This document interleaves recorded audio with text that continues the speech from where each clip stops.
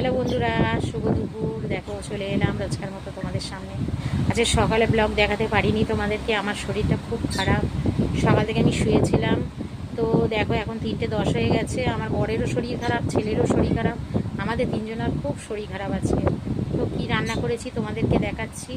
আর সকালবেলা এত শরীর খারাপ ছিল বন্ধুরা, কি বলবো। তা কাঁচা কলা সিদ্ধ করে আমরা খেয়েছি। আর এখন হচ্ছে ভাত বেড়েছি। আর কি রান্না করেছি দেখাচ্ছি। আজকের হচ্ছে মঙ্গলবার।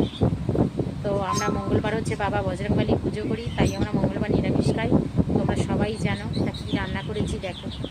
তো এই দেখো বন্ধুরা, আজকে কি করেছি শুধু দেখো, সোয়াবিনের তরকারি করেছি। এই দেখো সোয়াবিনের ঝোল করেছি, কেন যেহেতু একটা তরকারি ভাত খাবে।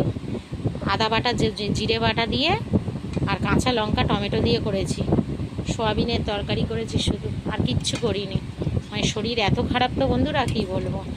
ওর জন্য এই সোয়াবিনের তরকারি দিয়ে ঝোল দিয়ে ঝোল করেছি। আর এত শরীর খারাপ বন্ধুরা, কী বলবো। এর আগে একটু কাঁচকলা দিয়ে ভাত দুটো খেয়েছি।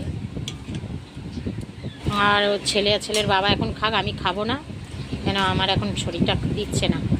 আর ওই যে ওরা এই গন্ধরাজ লেবু নিয়ে নিয়েছে, এটা দিয়ে আর ওই খাবে। আমি এখন খাবো না, শরীর পরে খাবো।